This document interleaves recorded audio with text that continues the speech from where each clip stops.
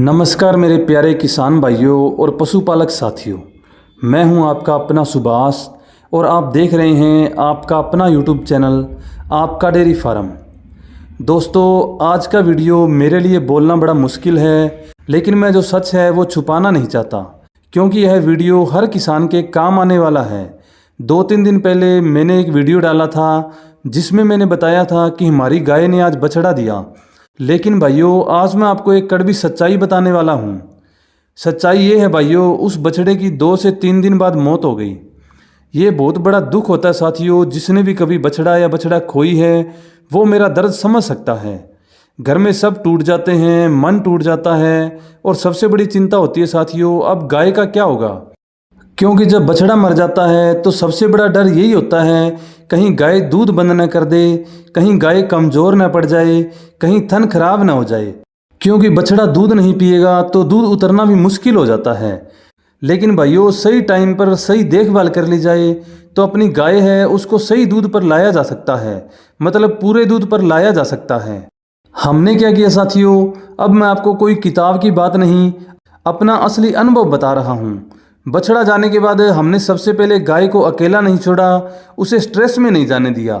थोड़ा प्यार, थोड़ी देखभाल, और सबसे ज़रूरी साथियों सही खुराक। हमने गाय को क्या खिलाया साथियों, भाइयों ध्यान से सुनिए। हमने गाय को कोई महंगी कंपनी की फीड नहीं दी। हमने अपनी गाय को दिया मूंग चूरी, जो बढ़िया क्वालिटी की मूंग चूरी आती है वो दी। क्योंकि जो मूंग चूरी है, चना चूरी है, वो मैं अपनी शॉप से लेके गया था। जो मेरी दुकान है खल चूरी की, मैं उसी से लेकर गया था और बढ़िया क्वालिटी की लेकर गया। जैसे मूंग चूरी हो गई, चना चूरी हो गई, चावल की किनकी हो गई और सरसों की खल हो गई। ये चारों चीज़ है जो मैं अपनी दुकान से बढ़िया क्वालिटी की लेकर गया था। लेकिन भाइयों, मैंने यह सब नाप तोल कर दिया और अपने टाइम के हिसाब से दिया। जैसे गाय का टाइम पीरियड होता है एक डाइट देने का भी। जैसे साथियों सुबह हमने कितना दिया, शाम को कितना दिया, वो भी आपको मैं बता देता हूँ। जैसे हमने 200 ग्राम मूंग चूरी ली और 200 ग्राम चना चूरी ली और 200 ग्राम सरसों की खल ली और 200 ग्राम ही हमने जो चावल की किनकी आती है वो ली। चारों को मिलाकर अच्छे से इसको सिजाया, अच्छे से इसको पकने दिया। जब ये पूरी पक गई, जो सरसों की खल है वो पूरी गल गई अच्छी तरीके से, फिर उसको नीचे उतार के हमने ठंडा किया। और ठंडा करने में भी आपने ध्यान रखना साथियों, उसको बिल्कुल पानी जैसा ठंडा नहीं करना, आपने बिल्कुल गुनगुना करके देना साथियों। जैसे हमने अपनी गाय को गुनगुना करके दिया, भी मतलब ज़्यादा ठंडा नहीं था और ज़्यादा गर्म भी नहीं था। किसान साथियों, जब मैंने ये अपनी गाय को खिलाया तो गाय ने खा लिया, लेकिन आधा छोड़ दिया। वो पता नहीं क्या वजह थी उसकी, उसने आधा छोड़ दिया। लेकिन मैंने दोबारा ट्राई किया। ट्राई कैसे किया, मैंने उसके अंदर थोड़ा सा नमक मिलाया। नमक मिलाकर अच्छे से फिर मैंने दोबारा उसके आगे रखा। फिर उसने बड़े चाव से खाया। पूरा बट्ठल है वो चट कर गई, पूरा खा गई, मतलब उसके अंदर एक दाना भी नहीं छोड़ा उसने।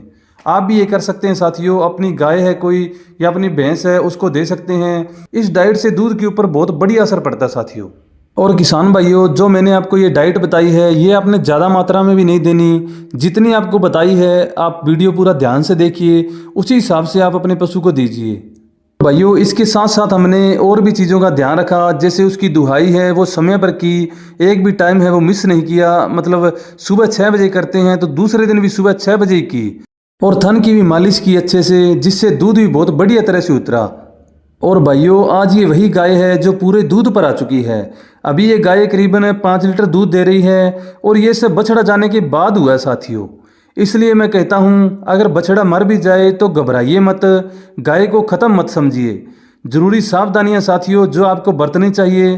भाइयों, एक बात याद रखना, ज़्यादा खल मत डालो, अचानक खुराक मत बदलो, गाय को अकेला मत छोड़ो।